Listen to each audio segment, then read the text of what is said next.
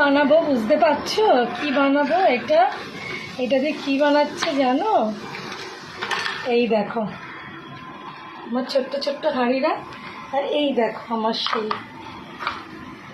দইয়ের সাজটা। বুঝতে পারছো? এবার কি বানাবো? দুধটা ছিল 2 লিটার, করে ফেলেছি 1 লিটার ক্যারামেল দিয়ে।